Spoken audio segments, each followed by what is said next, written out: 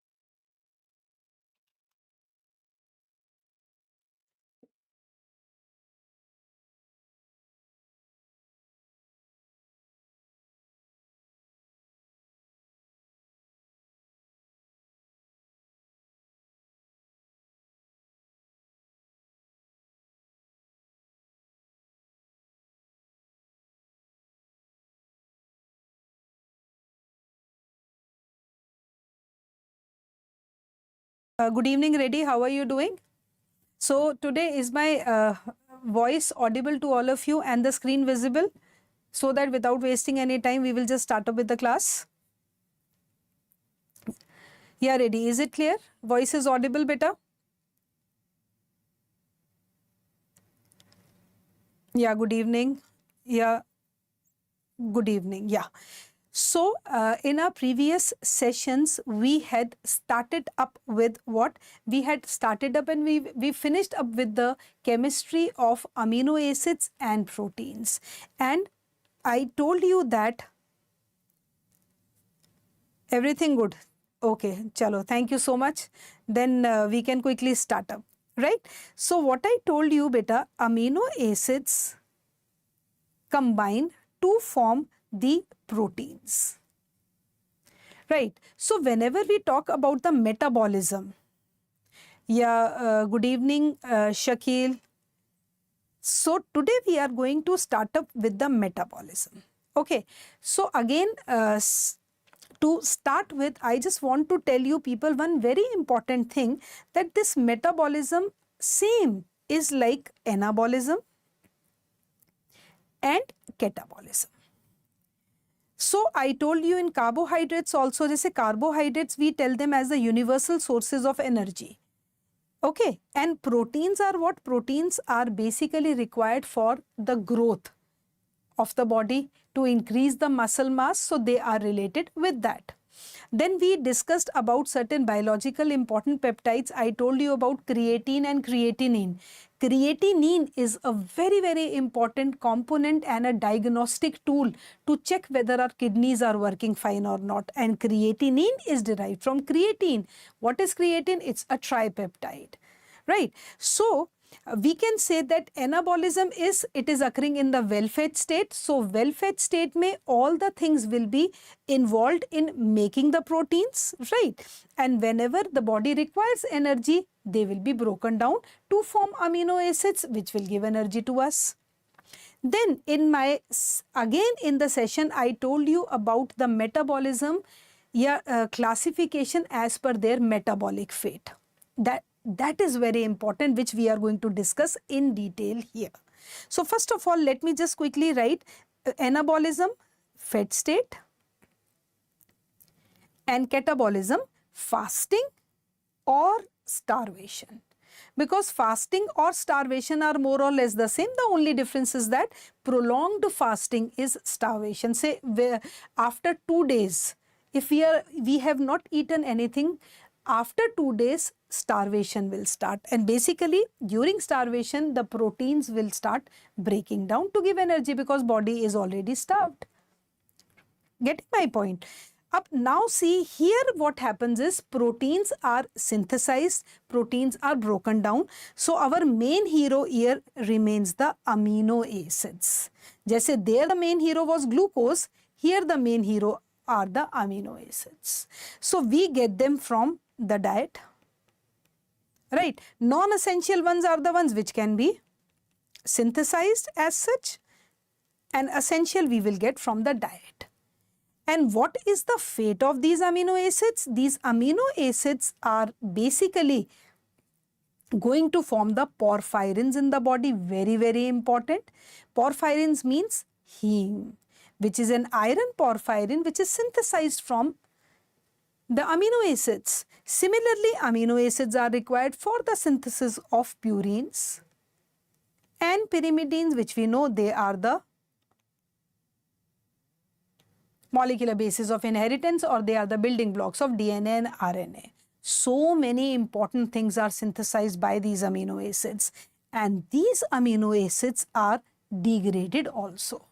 So if we talk about the degradation of amino acids, we can simply say this is the generalized structure of 20 standard amino acids, right?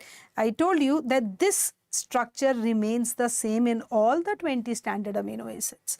The only difference lies in the R group.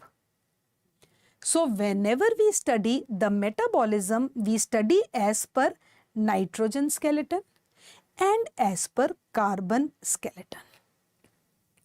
One thing. So if we talk about as per nitrogen skeleton, you will be surprised to know that these amino acids, right, these amino acids are the only macromolecules in the body which have nitrogen in them. And this nitrogen is actually present in the form of this amino group.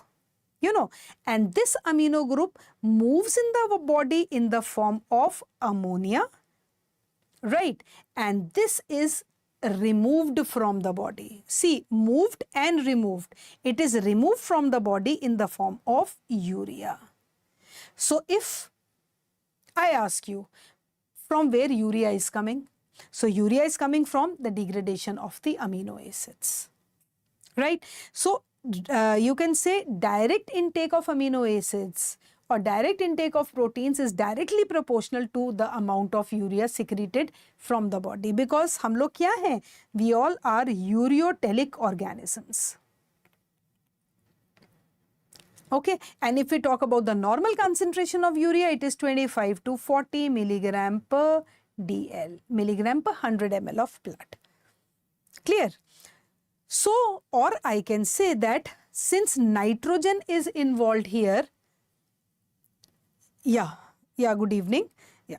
So, since nitrogen is involved here, so obviously we can say nitrogen balance will be there. Isn't it?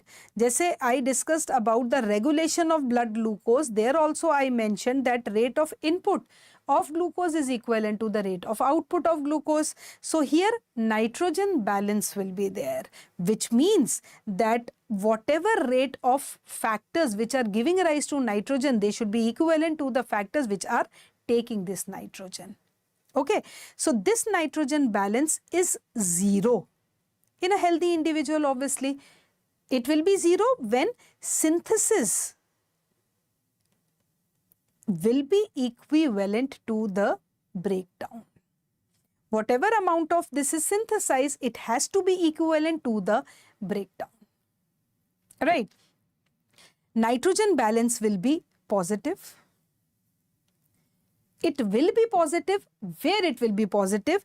In growing children, I can say, because obviously जैसे if we talk about the teenage or adolescence age, the requirement of proteins increases. That is why we go to the gym and all, also because our muscles require more of protein, because we have to do that type of work. So obviously growing children, and again mothers, lactating mothers or pregnant mothers, because they have to feed the child also. So there, how nitrogen balance will be positive? If synthesis will be more than the breakdown. Right?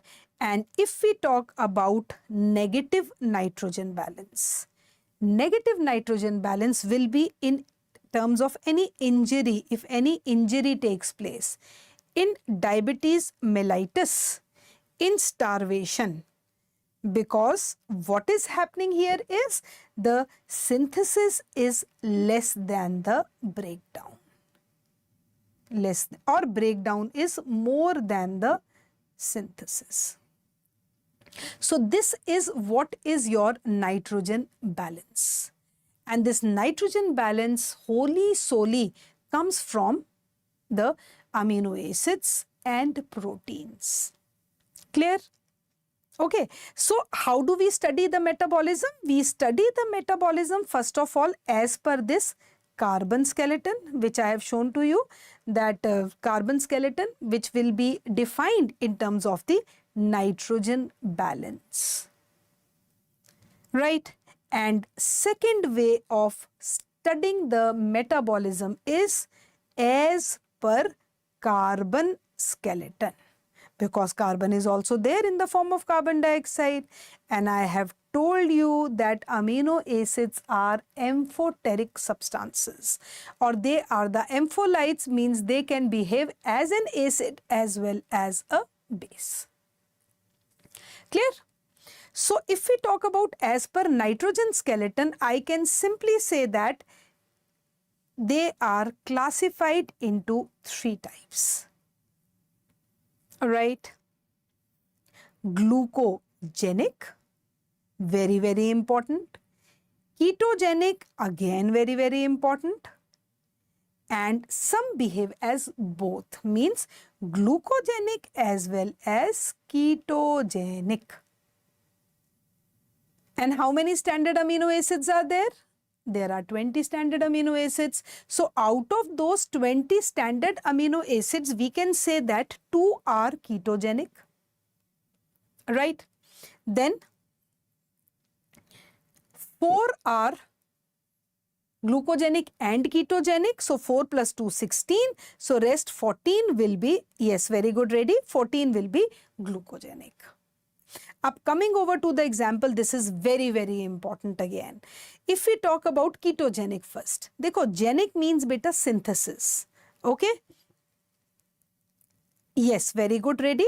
So ketogenic means genic is synthesis of something related to ketone group. So here 2 examples will be there, leucine and lysine.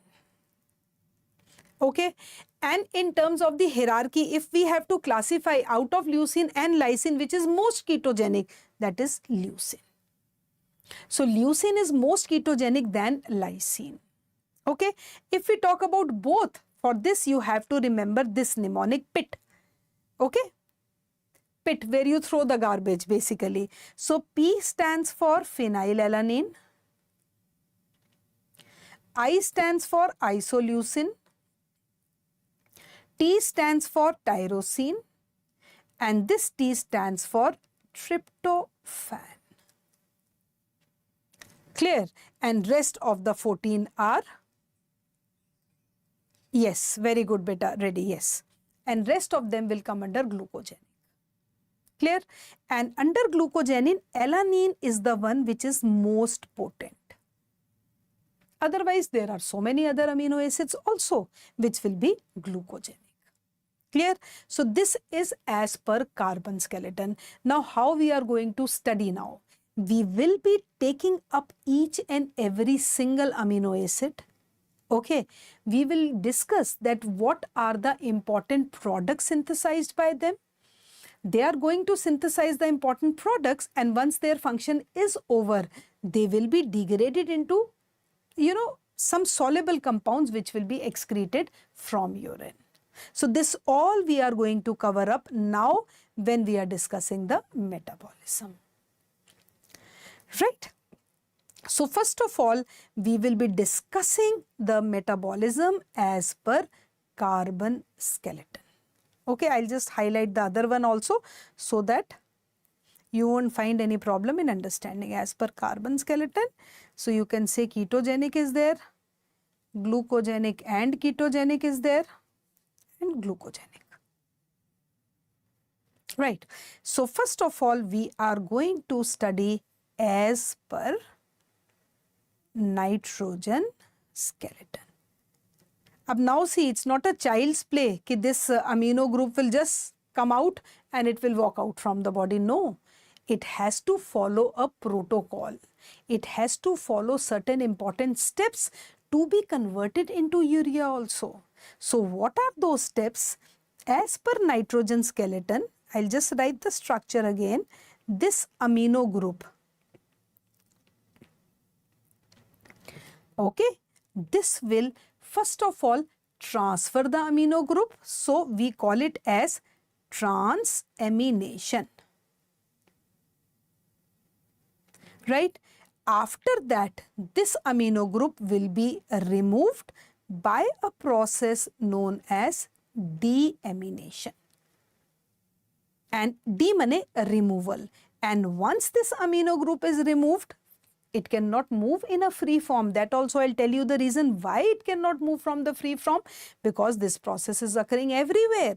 Okay, and it will form urea and it will be expelled from the body like this. So we are going to study this route, how this amino group which moves in the body in the form of ammonia is literally expelled out from the body. Okay, so first of all we are going to study this transamination. After that we will study deamination and then we will come to urea cycle. Okay, and this is very, very important. Yes, very good, ready. That is a coupled process. I will discuss that also. What is the significance of that coupled process? Okay, so first of all, let's start with transamination. Ab now see beta, it is clear from the word itself. Trans means transfer. Okay, amination. Whose transfer? Transfer of the amino group. So how can we define transamination? Simply transfer of an amino group, right? From where? From an amino acid, right? From where we have to transfer? To a keto acid. And once it is transferred to a keto acid, what is produced? To form a new keto acid and a new amino acid. Okay, so how do we define transamination? We can simply say transamination is a process which involves transfer of an amino group from an amino acid to a keto acid to form a new amino acid and a new keto acid. Now first of all, again you people must be confused that what is the difference between an amino acid and a keto acid, isn't it? But a keto acid is this. Just suppose if I talk about pyruvic acid. Pyruvic acid has this structure CH3, C double bond O, COOH. What is this? This is a keto group. So this becomes a keto acid. Right? Pyruvic acid we all are familiar with. So there are basically three very, very important keto acids. Pyruvic acid, okay, oxaloacetic acid. Structures you don't have to remember. I just wanted to write the structure of pyruvic acid so that it is easier to remember it. Oxaloacetic acid and alpha-keto glutarate. Oxaloacetic acid has 4 carbon atoms. Pyruvic acid has 3 carbon atoms. And alpha-keto glutarate has 5 carbon atoms. So all are like keto acids, right? Up now the question arises, since this process is occurring in the body, so what will be the enzyme? Okay, and what will be the coenzyme? So if we talk about the enzyme, since it is transfer of an amino group, enzyme is aminotransferases. And if we talk about the coenzyme, always remember the coenzyme required for transamination is PLP, which is vitamin B6. Okay, and this is a very important point. So if our diet, we are deficient of, yes, very good, ready, pyridoxal phosphate, and this is the active form of this. If this vitamin is deficient from the diet, B6, mainly we will have deficiencies related to protein, because this is the one which is required for the protein degradation, as you can see here. Right, and so these are the enzymes and coenzymes. Now we come over to the examples. Now if we talk about the examples, there are basically two very, very important examples. One is ALT. ALT stands for alanine transaminase. Right, अब here alanine is there. So I can simply say that alanine is the amino acid, right? I told you the definition, transfer of amino acid to a keto acid. The keto acid here is alpha-keto glutarate, okay? Transamination is a reversible process, right? And it will, when it is transferring an amino group, a new amino acid and a new keto acid is produced. So if we talk about the amino acid, yes, I am coming to that ready. If we are talking about the amino acid, it will be glutamate, and the keto acid here will be pyruvate. Right. Ab now see. Yes, very good. Now see beta, this enzyme diagnostically is very, very important. Why diagnostically it is important? Because this enzyme is a marker of liver diseases. Means that if there is any problem with the liver, this alanine transaminase will be always showing an abnormal value. So obviously, if the concentration of this enzyme increases, it will appear in the blood, which will be detected in the serum. देखो, starting से, yes, it increases. Starting से beta, I am telling you what is the importance of this biochemistry in the field of medicine. The authenticity of these biochemical tests. Because, you know, biochemistry is simply the chemistry of the biomolecules or the reactions which are taking place in the body. If anything wrong happens with the body, it leads to increase in the concentration of something. So whatever is increased, it will come out from the cell. It will appear in the blood. It will appear in the urine. So urine investigation is very important. Very important. Urine culture is very important to diagnose so many diseases. And if we talk about blood, you all have studied in physiology that blood has so many components, but blood has plasma, where plasma proteins are there, water is there, serum is there, okay? So serum is what? Serum is basically plasma minus fibrin. So most of the enzymes, they increase in the serum. Jaise we talk about lipid profile, we talk about, you can say, LFTs, liver profile test, KFTs, kidney function test, so many are there, okay? So this is the enzyme, because concentration kiska increase hoga? The concentration of enzyme will increase. So I can say that this enzyme is also known as SGPT. S will stand for serum,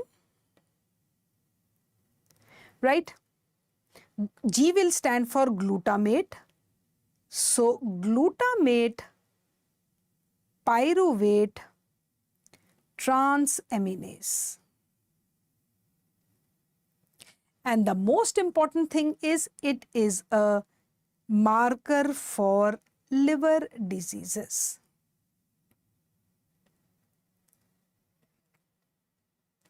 Very important. Clear? So this is one transamination reaction, right? Alanine plus alpha-keto glutarate forming glutamate and pyruvate. Now coming over to the second reaction. Second is AST. Now AST में A stands for aspartate and rest aspartate transaminase. Now if we talk about this, I can simply write the reaction. The amino acid will be what? Aspartate, as you can see. Now you will be surprised to know one thing, that the keto acid here will be alpha-keto glutarate. Very important, alpha-keto glutarate. Okay. Now since it is a reversible reaction, right, what it is going to form? It is going to form again glutamate.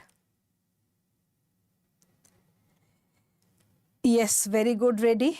Yes, glutamate, but here the keto acid beta will be oxaloacetate. Okay.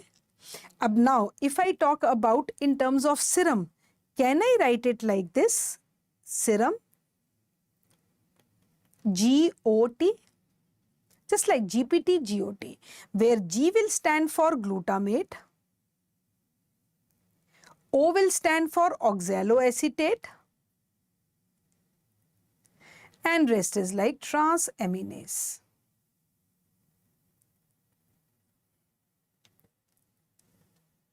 Clear? And I can simply say that, yeah, good evening, Vrosh. Okay, no problem. Good evening. Now, how are you doing? I hope you have recovered from your illness. Don't worry, you can watch the previous sessions. They have already been recorded. And if you have any problem, you can ask me. Okay, in fact, I was wondering that why Vrushali is not attending the classes. Yes, ready, very good. We can call it as SGOT. And you know, it is a marker for heart diseases. Chalo, good to hear. Marker for heart diseases. Right? So, now if I talk about this aspartate plus alpha-keto glutarate plus glutamate plus oxaloacetate. So I can say that now how many standard amino acids are there? 20 standard amino acids are there. So out of those 20, only 17 undergo transamination. And this is also very important because transamination, this is the only process by which it is moving towards the formation of urea. So I can say that out of 20 standard amino acids, only 17 will undergo this process. Undergo transamination. Right. And what are those 3 amino acids? For that, you have to remember this mnemonic polythene. Polythene. Where P stands for proline, L stands for lysine, and T stands for threonine. Okay, these 3 are not fit to undergo transamination. Along with that, sometimes serine also. It's difficult for serine also to undergo transamination. Right? Except these, all the standard amino acids will undergo transamination. Is it clear? Yes, very good, ready. Okay. So, अब now I can say transfer हो गया. Okay. Ab just copy one thing. If you see the reactions, you will see 2 things which are appearing in both. One is this alpha-keto glutarate. Okay. In both reactions, you can see alpha-keto glutarate plus you can see glutamate. Okay, so I can also say like that, that all the transamination reactions will initially require, yes, for some days I have changed the timing of the class, yes. So you keep on following the channel, there you will get the notifications. Otherwise, it's just a matter of 2-3 days. Otherwise, after that, the timing will remain the same in the morning only. Just a matter of 2-3 days. Okay. Then the timing will be fixed from 11 to 1. Yeah. So I can say that the keto acid is same in both. The amino acid is also same in both. Isn't it? So I can say that ki glutamate kya hai? What is glutamate? It is also an amino acid. So what is the question of transamination? Here I am talking about metabolism. Here I am talking about catabolism. Okay. So this glutamate being an amino acid will have altogether a different fate. It has to undergo a different fate. Okay, this is a mandate, because whatever we are eating in our diet, whatever proteins we are eating in our diet, they have to be converted into the amino acids, and these amino acids are then absorbed, and then they will undergo, they will be broken down to release energy, right? So this is one of the most important processes, right? So after the transfer, then we come over to deamination or removal. So I can say that after the transfer, the next process is deamination. Clear? So if I have to define deamination, I can simply say a removal of the amino group. Ab again, it's not a child's play ki just amino acid will be replaced like that. No, it has to undergo a series of reactions. So this deamination basically takes place in the presence of oxygen. So if anything takes place in the presence of oxygen, we refer it to as oxidative deamination. Right, means removal of amino group is there, that too in the presence of oxygen. Right, and this oxidative deamination, it is auto-oxidizable with the help of flavoproteins.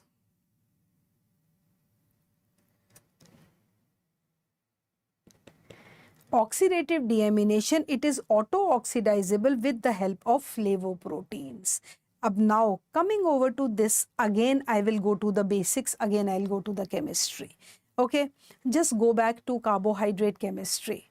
I told you in carbohydrate chemistry, there was isomerism, capital D and capital L isomerism, where glyceraldehyde was the reference molecule, because always remember the enzymes are highly specific in action.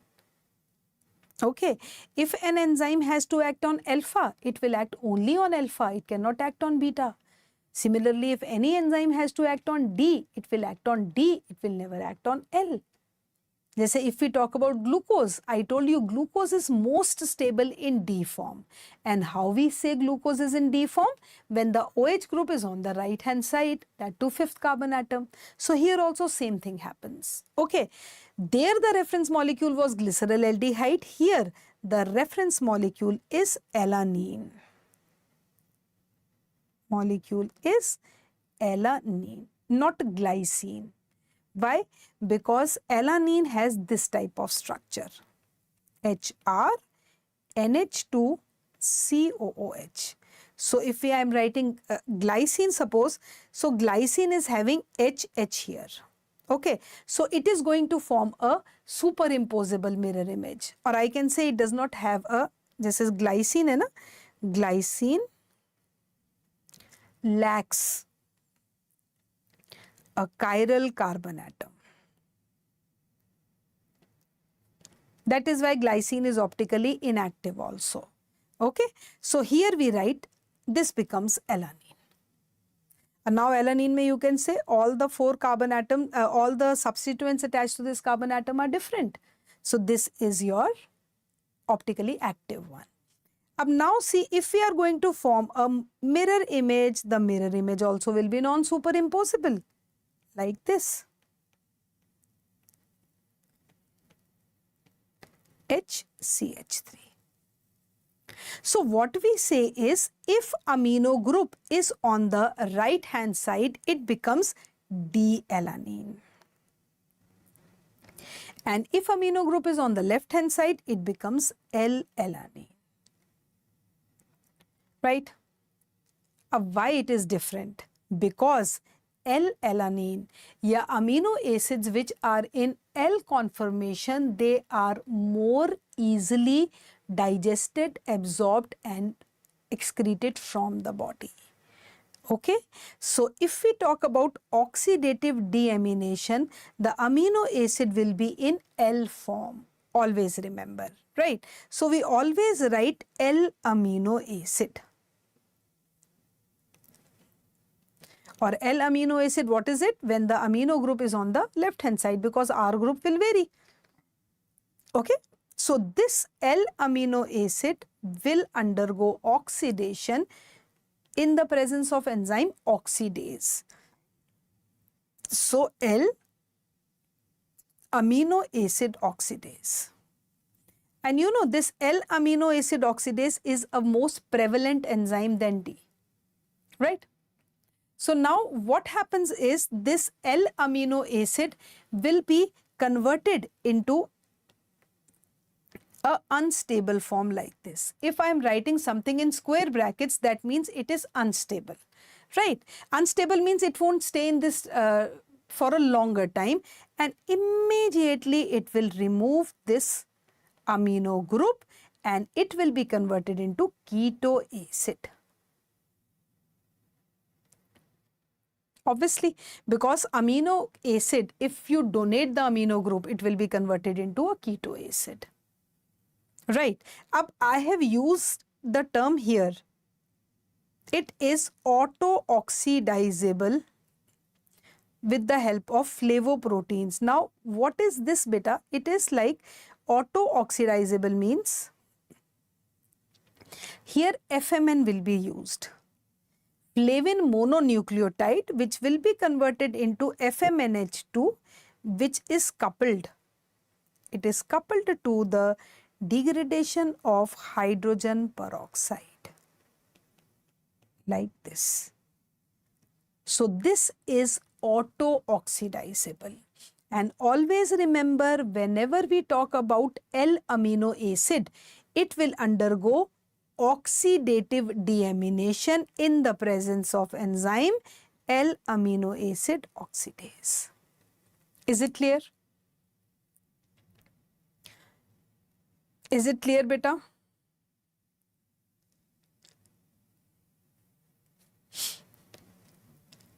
Clear ho gaya? I'll just repeat it again. What I'm trying to tell you here is transamination is transfer of amino group. Once the amino group is transferred, it has to be removed. So removal of an amino group is deamination. Okay, so I am trying to tell you here is oxidative deamination is there, which takes place in the presence of oxygen. There is one more deamination which is in the absence of oxygen. But since metabolism is the one, so we have to concentrate mainly on oxidative deamination. And the enzyme required for oxidative deamination is L-amino acid oxidase. Coming over, now I'll take you back to the history. Can I say like this, that all the transamination reactions are forming glutamate, here also glutamate, here also glutamate? But just try to understand this. This is a very, very important concept to understand. If you can, if you manage to understand this, then automatically the entire metabolism will be total crystal clear to all of you. So just by looking at the reaction, what I am trying to tell you here is that whenever transamination is occurring, you know, it is giving rise to glutamate. Now glutamate is also an amino acid. Okay, so what is the fate of glutamate after that? Otherwise, what will happen? I am talking about metabolism, I am talking about catabolism, degradation is occurring, but again it is giving rise to glutamate, which is an amino acid. So the question of metabolism doesn't arise. That means there has to be a separate process to manage this glutamate. Now what happens is this glutamate, and this is so interesting, I'll just write that transamination leads to increased concentration of glutamate.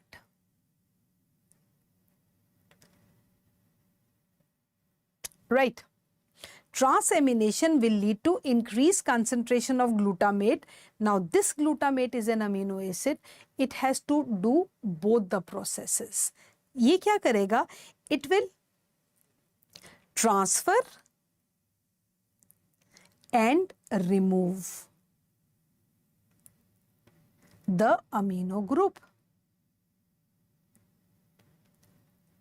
Okay, transfer is trans, removal is D. So it will undergo trans-deamination. Okay, is it clear? I can say that increased concentration of glutamate will undergo trans-deamination.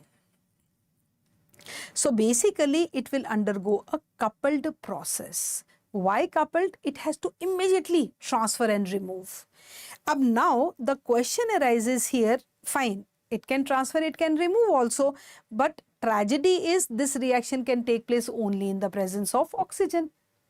Okay, so what happens here is, site of this is the liver and the kidneys.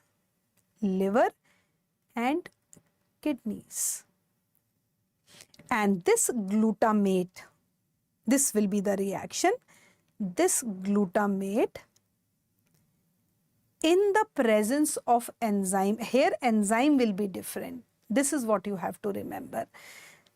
It will form an intermediate, just like same like L-amino acid, and it will be degraded to form alpha-keto glutarate. Alpha-keto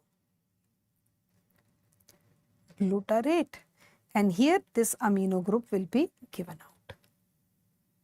The name of the enzyme here will be glutamate dehydrogenase. Okay, glutamate dehydrogenase. अब देखो, whenever we write dehydrogenase, it is oxidation, isn't it? So I can say that NAD or NADH will be converted into NADH, sorry, NAD or NADP, and it will be converted into NADPH. Right? So I can simply say that this is how glutamic acid will undergo changes. Okay, is it clear? So I can say that glutamate will undergo trans-deamination in the presence of enzyme glutamate dehydrogenase to form alpha-keto glutarate. Right? So I'll just highlight it, glutamate, and it form alpha-keto glutarate. And what is this alpha-keto glutarate? This is the intermediate of TCA. TCA intermediate.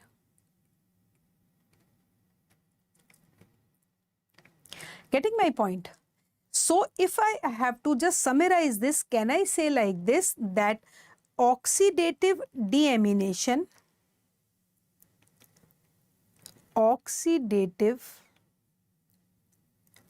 deamination of L-amino acid, right? Oxidative deamination of L-amino acid requires L-amino acid oxidase, right? And oxidative deamination of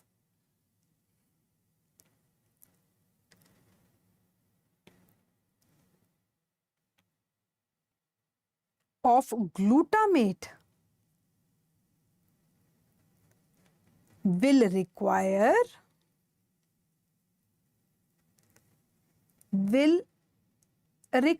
which enzyme? Glutamate dehydrogenase.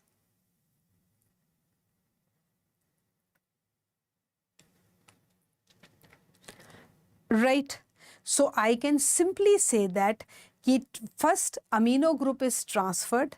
Once the amino group is transferred, I can say it undergoes, after transfer, it has to lose that amino group. And this amino group is basically given out with the help of deamination. Okay, and deamination always involves deamination of L-amino acid, because just now I told you that if we compare D and L, L are the ones which are most, easily, undergoes deamination. What is the reason behind that? Because of the prevalence of L-amino acid oxidase enzyme. Okay, so I can simply say that, and this is also very, very important. Right. So if I have to conclude everything, I can simply say that, can I call it as oxidative deamination also?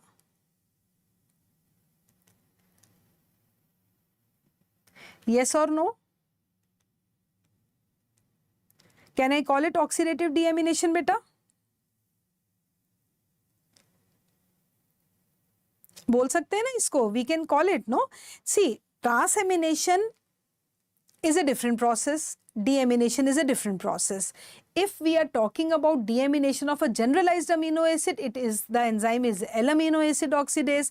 And if we are specifically talking about glutamate, because all the transamination reactions are leading to increased concentration of glutamate, which itself is an amino acid, so we have to metabolize it. So we require a separate enzyme, which is glutamate dehydrogenase.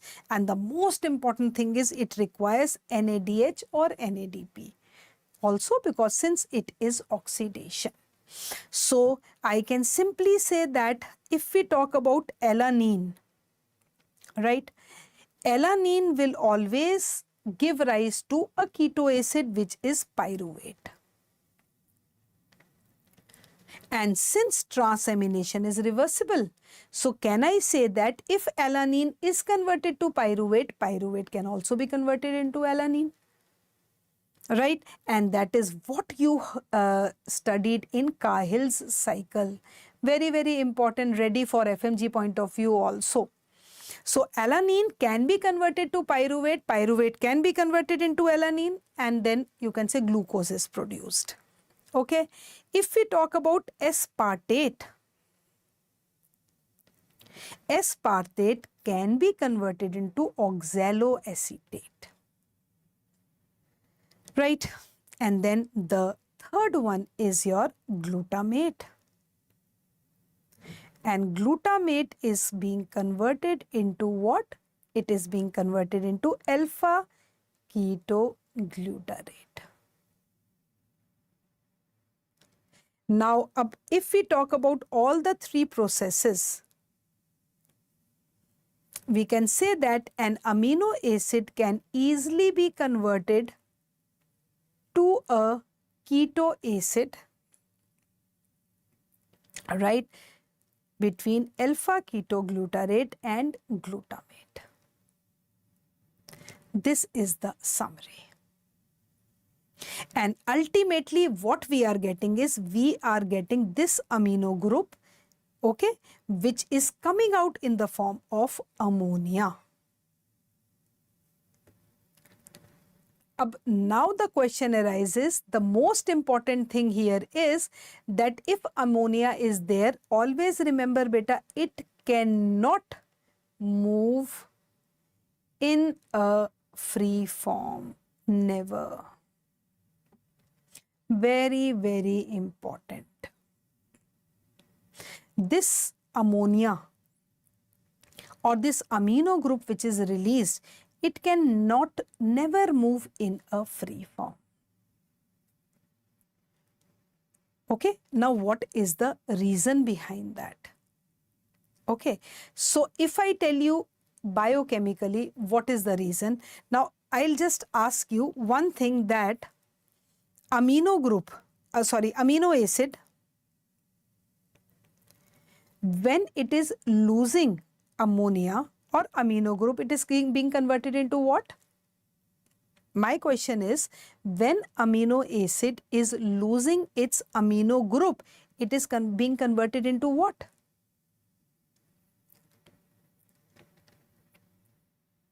Just try answering it.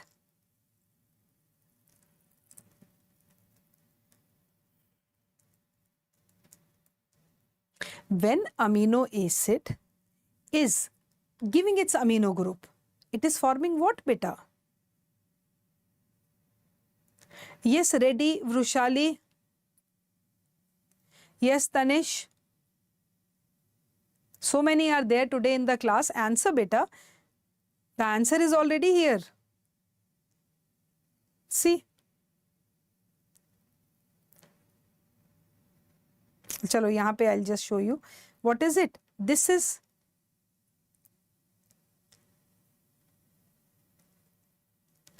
okay. I'll solve your problem later. Abhi, right now we are just doing this.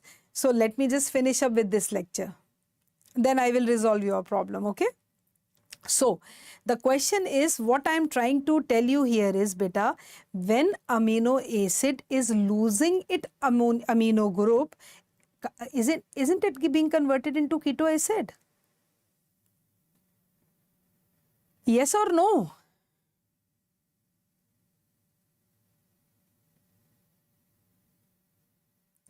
I am telling you, all the amino acids, when they are losing their amino group, they are being converted into keto acids. Okay, so if the concentration of this increases, for example, won't keto acid be converted into amino acid? If amino acid is losing its amino group to be converted into a keto acid, if the concentration of ammonia increases, for example, all the keto acids will be aminated. Chemistry mein you call it as amination, na beta? See, this is deamination.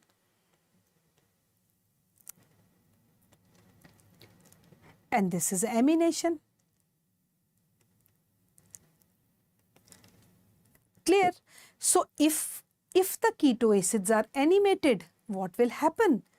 The most important cycle, citric acid cycle, will suffer. I can say that if the concentration of ammonia increases, all keto acids will be converted into all amino acids. Metabolism chapter is closed. There is no point of this metabolism. If I talk about alpha-ketoglutarate, if the concentration of alpha-ketoglutarate decreases, because alpha-ketoglutarate will be converted into glutamate. A reverse of this will happen. So if the concentration of alpha-ketoglutarate decreases, the cycle which suffers the most is your TCA. So TCA cycle will not take place. And I told you about the importance of TCA cycle, a very important cycle. It is basically an amphibolic pathway which gives energy to the brain. Energy to the brain. So TCA cycle is going to suffer. And always remember, whenever the concentration of this ammonia, and you people have studied, acid-base balance, I can say that increased concentration of ammonia will lead to mainly increase in the alkalinity. Right? So it will disturb your acid-base balance. balance will be disturbed. And it will lead to alkalosis. Okay, moral, what is the moral of the story? After telling you all the story, okay, what is the moral? Moral of the story is this ammonia needs to be removed, or it has to be transported, and sent for urea formation. Isn't it? That is why we say that whenever the concentration of ammonia, whenever the concentration of this increases, first of all, the acid-base balance is disturbed. So that means this toxic ammonia needs to be transported. How it is transported? The question is this: how? So there has to be a transportable form of this ammonia which will help in its transportation, and it will be sent to the liver. Means, ab dekho what is happening is, say this is your liver, right? So this is your brain and this is the muscle. So what will happen is, from brain also it will be transported, and from the muscle also it will be transported. Okay. So what will happen is, what are the carriers of this and how it is transported, that we are going to discuss in tomorrow's session. Okay, so today what we have discussed is, today I will just summarize everything. We discussed about the transfer of the amino group. We studied about the removal of the amino group. Now we are going to study tomorrow that once this amino group is released, it cannot move in the free form, because whenever the concentration increases in the brain, it is highly toxic to the brain. So there has to be an agent which will transport it from the brain, and there has to be a agent which will be transporting from the muscle, so that in the liver urea cycle will take place. Right? So I hope till here it is clear to all of you. So in tomorrow's session, we are going to study the transport of ammonia from the brain to the liver, and from the skeletal muscle to the liver, and how it will undergo the formation of urea. Okay, so till here it is clear to all of you. If you have any questions, you can ask me. Timing of tomorrow's class, I will keep the same timing. Okay, we will take the class in the evening only. So if everything is clear, yeah, so we will just end up the session. Yeah, so good evening. Have a good evening. Right, and thank you so much for attending the session. So tomorrow we are also going to discuss a very important topic. So have a good evening. Take care, beta. Bye-bye.